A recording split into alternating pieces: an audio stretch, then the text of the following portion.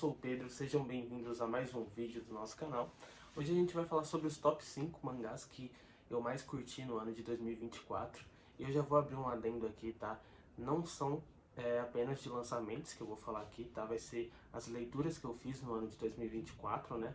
Pode ser tanto obra que foi lançado antes quanto que foi lançado em 2024, tá? Eu decidi fazer assim porque muitas das obras que eu comprei em 2024 eu acabei dropando, então eu preferi fazer uma tier list um pouco mais honesta das leituras que eu mais gostei, ao invés de trazer lançamentos que eu mais gostei. Bom, antes da gente começar a nossa diversão, roda a vinheta.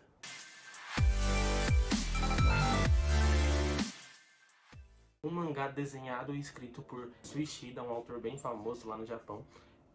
O mangá desse autor foi o que me levou a deixar ele no top 5 e não, eu não estou falando de Shoujo X. Mas Pedro, você tá falando daquele? Sim, eu estou falando daquele polêmico, famigerado Tokyo Ghoul, tá? Tokyo Ghoul dispensa apresentações e calma aí, não tenham preconceito comigo, eu vou explicar porque Tokyo Ghoul está no meu top 5, tá bom? A gente vai desfrutar aqui. Ele é bem polêmico porque ele teve uma animação um pouco assustadora, eu poderia dizer, né? Foi uma animação aí que mudou muita coisa do mangá, mudou muita coisa que a gente não imaginava. E ela acabou ficando meio porca. E Tokyo Ghoul, por incrível que pareça, é um mangá muito bom e muito bem escrito e muito bem desenhado também, tá? Eu era uma daquelas pessoas que humilhava quem gostava de Tokyo Ghoul, mas eu realmente calei minha boca, porque quando eu li isso aqui eu simplesmente achei fantástico, tá? O roteiro é muito bom, tá? É muito bem escrito. E vai contar sobre a história de humanos e ghouls, né? Os ghouls, eles possuem habilidade física muito maior do que a dos humanos. E por os ghouls se alimentarem de humanos, né? Os humanos temem bastante os ghouls, né? Então eles dividem essa sociedade. O que mais me chama atenção nesse mangá é como o roteiro ele é bem fluido. O Tokyo Ghoul ele é bem surpreendente, porque ele começa de uma forma muito simples, que é o Kaneki com seu melhor amigo dentro de uma cafeteria. E até então você acha que vai ser um mangá um pouco tanto quanto simples, né? Mas basicamente, tipo, no segundo capítulo já tá tendo luta, morte e o que você mais imagina.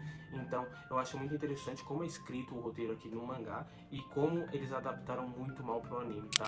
Quem só viu o anime de Tokyo Ghoul vai ter muito preconceito com essa obra aqui, mas pra mim é uma obra fenomenal. Então, Tokyo Ghoul fica no meu quinto lugar. Se um dia vocês puderem ler isso aqui, eu recomendo bastante, que eu achei muito bem escrito. No quarto lugar, pra quem já acompanha a gente aqui há algum tempo, eu acho que não vai ser surpresa pra muita gente, tá? Ficar com uma obra escrita por Tatsuki Fujimoto, tá? E calma aí, eu vou dar um tempinho pra vocês adivinharem qual que vai ser, tá? Podem digitar aí nos comentários, tá? A Tatsuki Fujimoto, que a Meiji é uma grande fã, brincadeira. A Meiji, eu não sei se ela é hater do Fujimoto ou algo do tipo. Eu sei que ela tem umas desavenças ali com ele, né? Mas eu sei que ela tem bastante coisa ali do Fujimoto, então, assim, eu não sei se ela é hater em si ou se ela gosta mesmo do Fujimoto, né? Sempre surge essa brincadeira aqui no canal. Dei tempo suficiente de vocês adivinharem qual que é a obra. E a obra é Look Back. Cara, essa obra é muito interessante, tá? Em diversos sentidos, porque todas as obras que eu li do Fujimoto, que foram praticamente todas, só falta eu ler Fire Punch, né? Eu li basicamente todas que ele lançou. Essa daqui, por incrível que pareça, foi a obra que eu mais gostei, tá? Ele é um one shot, ele é volume único. Basicamente, ela vai contar a história da Fujino, que é essa personagem aqui que tá com o moletom verde de costa. E ela desenha para as tirinhas de jornais na escola. Eu vou tentar não dar tanto spoiler, porque é uma obra recente. Teve filme também na Amazon, quem quiser ver tá muito bem adaptado também. E o professor dela acaba pedindo para ela dividir a parte da tirinha dela com uma outra garota, a Kiyomoto, né? E ela acaba aceitando, né? Acaba aceitando tranquilamente. Só que quando ela vê a arte da Kiyomoto, ela toma um susto, porque a arte da Kiyomoto é muito superior à dela. E aí ela começa a treinar muito para tentar superar a Kiyomoto, né? E acontece alguns desenvolvimentos durante esses acontecimentos e a Fujino acaba conhecendo a Kiyomoto, né? A Kiyomoto ela não ia pra escola, ela fazia as atividades dentro de casa, né? Ela descobre que a Kiyomoto é uma grande fã da Fujino e a Fujino, que tanto se cobrava de tentar melhorar a arte dela, ela mal sabia que ela tinha uma fã que era a Kiyomoto, né? Então as duas começam a desenhar mangá juntas ali, começam a criar uma grande amizade. E você começa a ver o crescimento de ambas, né? Eu achei isso muito importante porque esse mangá ele mostra os desafios da vida, ele mostra que as pessoas sempre estão se comparando, tentando ser melhores. Eu acho isso muito importante. Então eu acho esse mangá muito interessante. O final ele é muito surpreendente também. Não quero dar spoiler nenhum pra vocês, pra quem não viu aqui. Mas meu quarto lugar fica pra de Tatsuki Fujimoto, que é Look Back, que de todas as obras que eu li do Fujimoto foi a que eu mais gostei, tá bom? Meu terceiro lugar é uma obra muito interessante. Quando eu peguei ela na banca, na época, eu vi a capa e achei bem intrigante. Só que depois que eu reparei, eu achei que eu tinha comprado um BL, né? Até então eu achava que era Boys Loves, né? Eu peguei a história sem saber basicamente nada. E eu estava totalmente enganado, porque o Verão em que Hícaro morreu é uma história muito interessante, porque ela vai contar... Isso não é um spoiler, porque o nome do título já é O Verão em que Hícaro Morreu, tá? E o Hícaro realmente morre, só que acontece algo muito intrigante, porque o Hícaro, ele tinha um melhor amigo, né, que é o Yoshiki, esse personagem que ilustra aqui a parte de trás. E o que acontece? O Hícaro, ele vai pra montanha fazer um ritual que a família dele já fazia há muitos anos, né? E ele acaba caindo da montanha e acaba falecendo, né, infelizmente. Só que passa alguns dias e o Hícaro volta. Ou seja, o corpo do Hícaro volta. Mas a gente pensa, peraí, o Hícaro tinha morrido. Quem que tá no corpo do Hícaro? E aí começa a trabalhar esse mistério dentro da obra. E o que vai acontecer? O Yoshiki, que é o personagem principal, ele vai começar a notar que o Hícaro tá agindo de forma diferente. E ele descobre que quem tá no corpo do Hícaro não é o Hícaro. É algo totalmente assustador e bizarro. E a obra vai trabalhar em cima disso e vai tentar desenvolver os mistérios para descobrir quem entrou no corpo do Hícaro, o que aconteceu pro Hícaro ter morrido naquele dia e por que essa coisa tá dentro do corpo do Hícaro. Então é uma história que mistura aí um slice of life com terror e suspense. Eu acho uma história muito, muito bem escrita. Basicamente é uma história que ela tá caminhando aos poucos, se eu não me engano vai lançar o volume 5 em breve, né? E é uma obra que eu gostei muito de ler. É uma obra que vai ter uma adaptação em anime também, então é uma obra muito promissora. Eu acho que só não está num ranking maior aqui, porque ela não teve uma constância muito grande, saiu poucos volumes, eu acho que são 2 anos de publicação e aqui no Brasil só saiu 5 volumes, mas eu confesso que assim que lança eu já compro e leio, inclusive o volume 5 eu fiz até pré-venda, e vocês sabem que eu não gosto de fazer pré-venda de mangás. O meu segundo lugar, né, seria um pecado se ele não estivesse aqui. Dandadan. Cara, não tem muito o que se falar de Dandadan, e eu só tenho uma crítica ao mangá de Dandadan, que é a arte é digital, tá? Tá, calma aí, vamos lá. Muitos dos mangás hoje em dia a arte é digital, só que aqui eles abusam muito do digital. Tipo, tem umas artes que você vê e você fala, ok, seria humanamente possível a pessoa desenhar isso aqui tão alinhado do jeito que tá. Então, tipo, às vezes incomoda ser tão digital assim. Eu gostaria que tivesse um pouquinho mais de mãozinha ali, viu? Mas em si é a única crítica que eu tenho a esse mangá. Mas em si é um mangá muito bem escrito por Yukinobu Tatsu, ele foi um dos assistentes do autor de Chainsaw Man. Basicamente vai contar a história da Ayase, né, que é uma das protagonistas, e do Okarun, né? Okarun é um apelido, na verdade o nome dele é Ken Katakura, né? E a Ayase, ela acredita em fantasmas e o Okarun acredita em alienígenas. E meio que isso acaba tendo uma ligação dentro da história, porque os dois acabam se conhecendo basicamente por conta disso, né? Então ambos não acreditam no que o outro acredita. Por exemplo, a Ayase não acredita em alienígenas e o Okarun não acredita em fantasmas. E para um provar a tese do outro, os dois se desafiam, né? E por conta desse desafio acaba acontecendo muitas coisas. E o mangá tá durando até hoje, tá?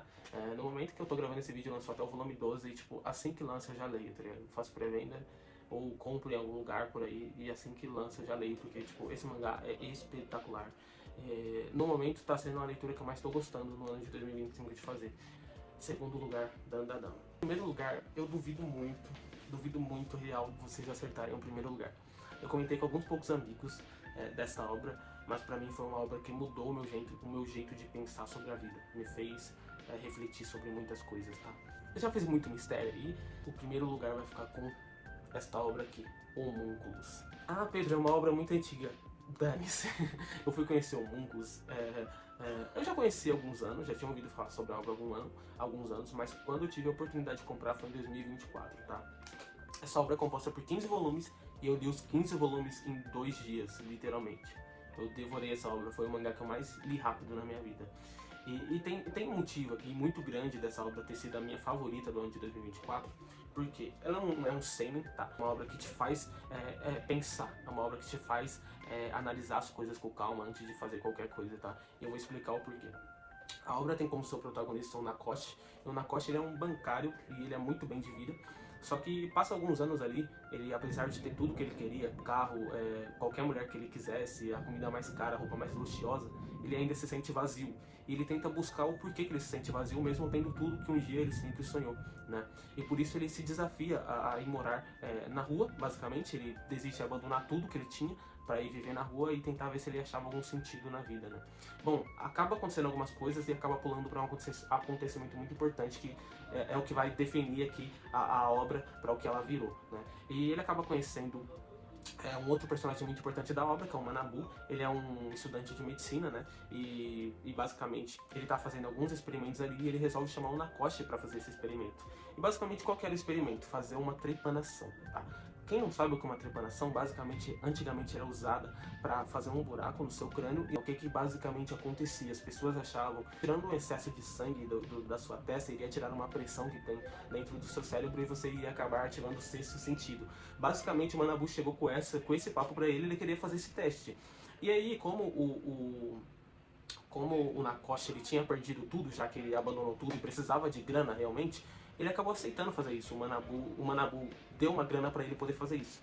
E tá, é meio perigoso você aceitar algo de um desconhecido sem fazer uma trepanação de um desconhecido, ainda mais na sua testa. É bem perigoso, mas precisando de grana ali, né, ele acabou sendo convencido, beleza. Ele fez essa trepanação e, cara, realmente ativou o sexto sentido dele. E eu sei que vocês acharam que não ia ativar, mas realmente ativou o sexto sentido dele.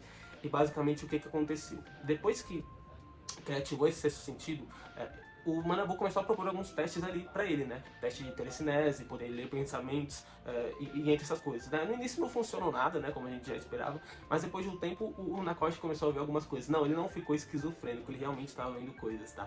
E o que basicamente acontecia? O Nakoshi, quando ele dava pra alguém, ele conseguia enxergar o interior da pessoa, no caso, né?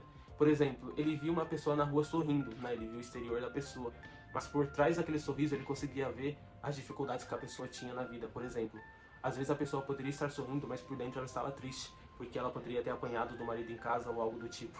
Então a história começa a trabalhar essas questões psicológicas, porque ela mostra que nem sempre o externo é o que realmente a pessoa está sentindo.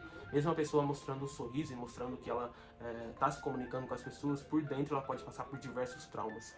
E com esse olhar de ter ativado o sexto sentido, o Nakoshi começa a ajudar essas pessoas. E ajudando essas pessoas, os problemas começam a vir para ele também. Mas o que fez eu mudar o meu pensamento sobre as coisas por ter lido essa obra? Essa obra faz você refletir quem você é. Porque às vezes a gente tem comportamentos que a gente nem sabe o porquê que a gente se comporta assim. Por exemplo, às vezes a gente pode ser recluso de alguma coisa. Mas a gente ser recluso disso pode ter sido efeito de algum trauma que a gente teve no passado e não trabalhou para que a gente pudesse melhorar. Então a obra trabalha muito essa questão psicóloga de você. Então, lendo essa obra me fez refletir muito sobre situações da minha vida, porque vai ter vários exemplos que essa obra vai dar pra você, de coisas desse tipo que eu citei pra você que vai acontecer. E o final dessa obra também é surpreendente, tipo, real, é muito bom. Então, basicamente essa obra aqui se tornou uma das minhas obras favoritas, tá? E foi a melhor leitura que eu fiz no ano de 2024. E cara, tem gatilhos, isso aqui tem gatilhos, se você não for bem da cabeça, tipo, não lê isso aqui, tá? É perigoso, perigoso. Infelizmente esse vídeo demorou muito pra sair, mas essas foram as minhas 5 obras favoritas de 2024.